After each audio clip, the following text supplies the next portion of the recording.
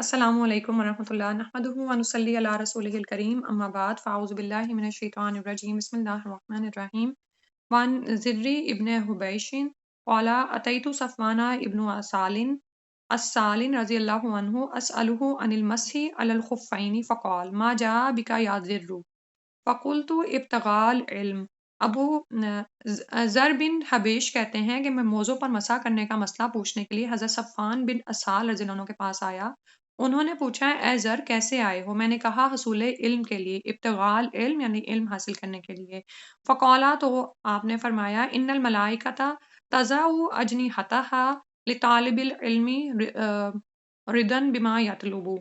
کہ فرشتے اپنے پر طالب علم کے لیے بچھا دیتے ہیں، یعنی اس علم دین سے خوش ہو کر جو وہ حاصل کرتا ہے۔ فقلت تو میں نے کہا انہ قد حق فی صدر المسح علی الخفین بعد الغائط والبول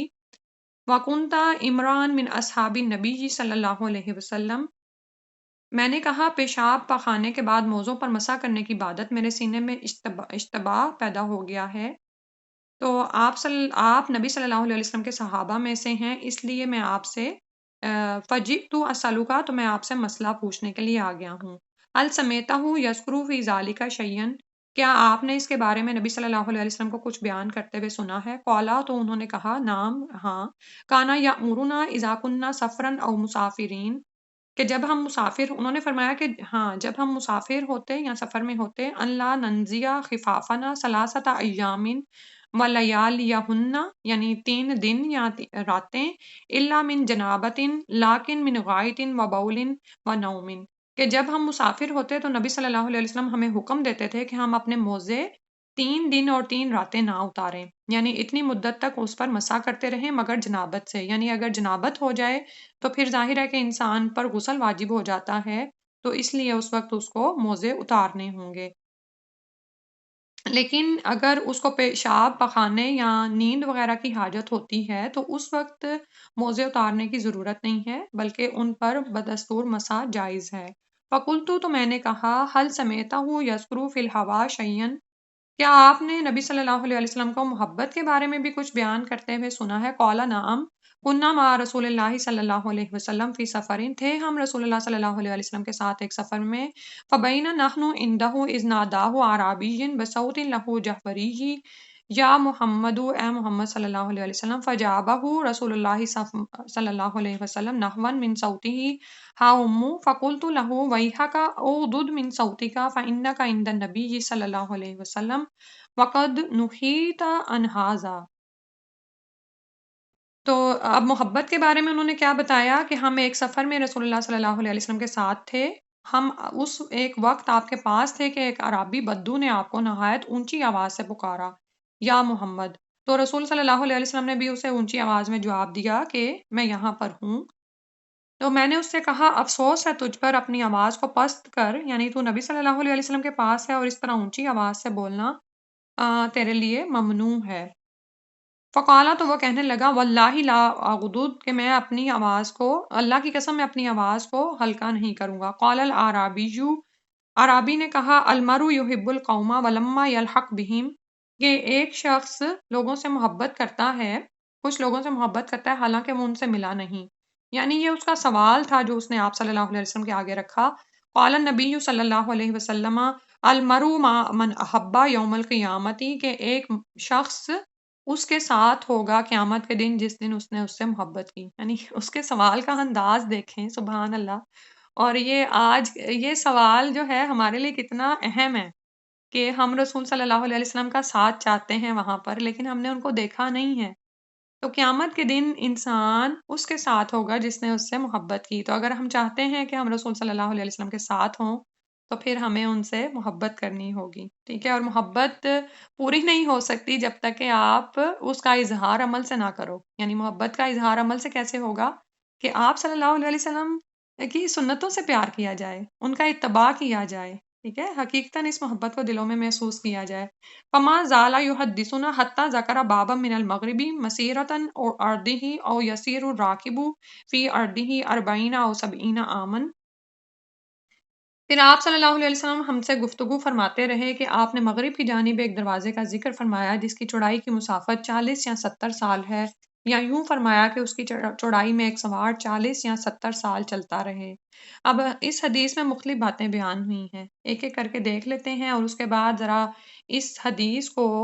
باب توبہ سے جوڑنے کی کوشش کرتے ہیں کہ آخر یہ حدیث توبہ کے باب میں کیسے آئی ہے، ٹھیک ہے؟ کیونکہ شروع میں ذکر آ رہا ہے کہ وہ آئے ہیں کیا کرنے؟ علم حاصل کرنے، کہ وہ کیوں وہاں پر آئے؟ تاکہ علم حاصل کریں، اور علم حاصل کرنے میں جو انہوں نے سوال کیا، انہوں نے موزوں پر مسح کرنے کا سوال کیا، خفین یعنی جو موزے ہوتے ہیں۔ تو اس کے لیے ہمیں یہاں سے کیا پتہ چلتا ہے کہ اگر آپ سفر میں ہیں تو 3 دن رات کے لیے آپ موزوں پر مسح کر سکتے ہیں، اور موزے آپ چڑھائے رکھیں، پیشاب پخانہ اگر حاجت ہوتی ہے، اگر آپ سو بھی جاتے ہیں تو سو کے اٹھنے کے بعد آپ جب وضو کریں گے تو انہی موزوں پر مسح کر لیں گے۔ اور مسح کرنے کا طریقہ کیا ہے کہ اپنے جو گھلے ہاتھ ہیں ان کو دونوں پیروں کے اوپر پھیرا جائے، اوپر کی طرف، اور اوپر تک لے جایا جائے، ٹھیک ہے؟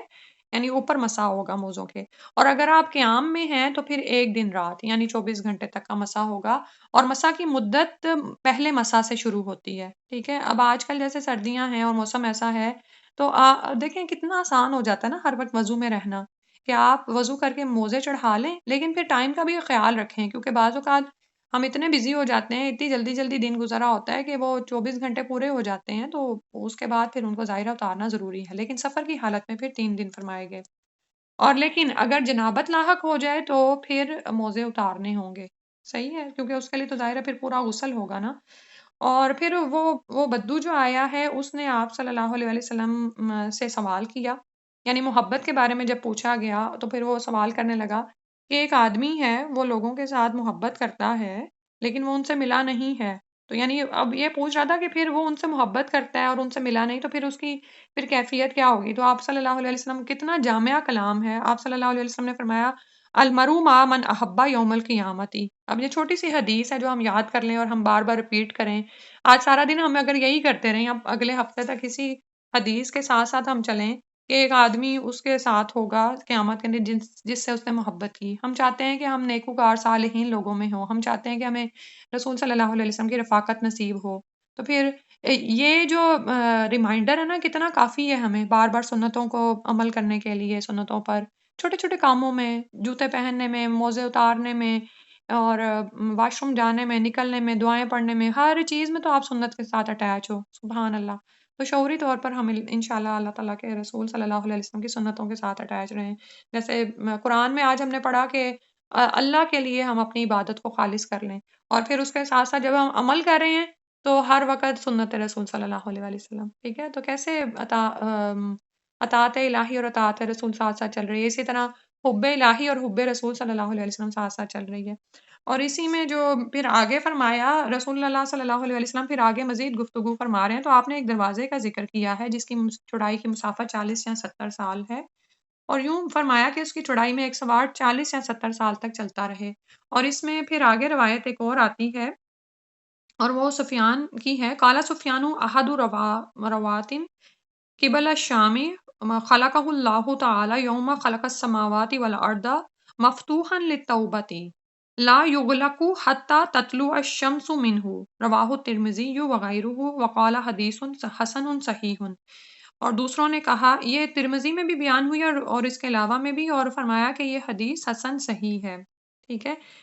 حدیث کے راویوں میں سے ایک راوی حضرت سفیان فرماتے ہیں کہ یہ دروازہ شام کی طرف ہے، جس دروازے کا ذکر آپ صلی اللہ علیہ وسلم نے فرمایا نا کہ اس کی مسافت 40 یا 70 سال ہے، یا یہ کہ اس کی چوڑائی میں ایک سوار 40 یا 70 سال تک چلتا رہے تو وہ ختم نہ ہو، تو یہ دروازہ شام کی طرف ہے۔ اللہ تعالیٰ نے اس دروازے کو اس وقت پیدا فرمایا یوم خلق السماوات والارض، جب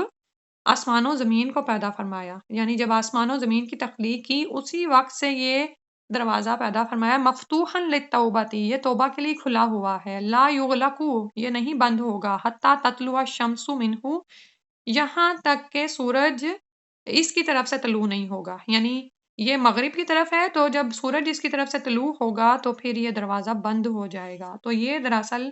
باب کے ساتھ اس حدیث کا تعلق ہے کہ، اور اس کے ساتھ ساتھ ہمیں اس حدیث سے اور بھی کتنی زیادہ اچھی باتیں پتہ چل گئیں الحمدللہ۔ اور سب سے اہم جو شروع میں پتہ چلی کہ وہ علم کی طلب میں انہوں نے سفر کیا ہے نا، تو علم سیکھنا کوئی آسان کام نہیں ہے، اور پھر یہ کہ جب انسان اس راہ میں تکالیف اٹھاتا ہے نا، آگے بڑھتا ہے، تو سچ میں دل کو ایسا سکون محسوس ہوتا ہے نا، اتنی چیزیں آپ سیکھتے ہیں کہ آگے سے آگے یہ شوق اور جذبہ بڑھتا ہی چلا جاتا ہے، ٹھیک ہے؟ تو اور پھر یہ کہ نیک لوگوں سے محبت رکھنا، قیامت والے دن انہی کے ساتھ آپ ہوں گے، ٹھیک ہے؟ دنیا میں آپ یہ دیکھیں کہ کوئی جھگڑالو یا اس طرح کا گندا انسان آپ کو برداشت کرنا پڑ جائے، یعنی جیسے ہم پڑھتے ہیں نا کہ دوزخیوں کو جو ہیں وہ اسفل السافلین ہیں، اور دوسری طرف صالحین ہیں جو علیین میں بلندیوں پر ان کے اعمال نامے بھی رکھے جاتے ہیں۔ تو زندگی میں آپ کیا پسند کرتے ہیں؟ اچھے لوگوں سے میل جول، خوشبو والے لوگوں سے ملنا، ظاہری طور پر بھی باطنی طور پر بھی۔ وہ لوگ جو دنوں میں کینہ رکھتے ہیں، چاہے ظاہری طور پر اچھے حلیے میں ہوں، لیکن ہم ان سے خار کھاتے ہیں نا۔ تو اگر ہم چاہتے ہیں کہ ہمیشہ ابدی زندگی میں ایسے لوگوں کے ساتھ ہمیں ملے، تو دنیا میں ہم خود بھی صاف رہیں، اپنے دل کو باطنی علائشوں سے پاک رکھیں، اپنے ظاہر کو گندگیوں سے پاک رکھیں، اور ایسے ہی لوگوں میں ہم رہیں اور صفائی کو اپنائیں، اور دلی صفائی کو بھی اور ظاہری صفائی کو بھی۔ تو پھر ایسے ہی لوگوں میں انشاءاللہ اللہ سبحانہ وتعالی ہمارا ساتھ رکھیں گے۔ اور پھر آخر میں وہی جو توبہ کے حوالے سے بات پتہ چلی کہ بار بار جھک جائیں، غلطی ہو جاتی بار بار رجوع کریں، کیونکہ توبہ کا دروازہ کھلا ہوا ہے اور اتنا بڑا ہے، اللہ تعالیٰ توبہ قبول کرتے چلے جاتے ہیں۔ دن کا گناہ گار رات کو توبہ کرے تو اللہ تعالیٰ قبول فرما لیتے ہیں، رات کا گناہ گار صبح توبہ کرے تو قبول فرما لیتے ہیں۔ اور امید ہے کہ یہ جو پریکٹس میں نے پچھلی دفعہ آپ سے کہی تھی کہ جو ہی غلطی ہو جائے سب کچھ بند کر کے پہلے اللہ کی طرف جھک جائیں، ٹھیک ہے؟ تو امید ہے کہ آپ نے کی ہوگی، اور اس دفعہ کی پریکٹس یہی ہے کہ حب الہی، حب رسول، اطاعت الہی اور اطاعت رسول، اور ساتھ ساتھ جو ٹاپک چل رہا ہے کہ توبہ کا، کہ اس کو نہیں بھولنا، ٹھیک ہے؟ کہ جو ہی غلطی ہو جائے استغفار، پھر استغفار، شیطان آنے نہیں دیتا استغفار کی طرف، لیکن اللہ تعالیٰ تو معاف کرتے چلے جاتے ہیں انسان کو، ٹھیک ہے؟ سبحانک اللہم و بحمدک، نشہد ان لا الہ الا انت، نستغفرک و نتوب الیک۔ السلام علیکم و رحمۃ اللہ، جزاک اللہ خیرا کثیرا۔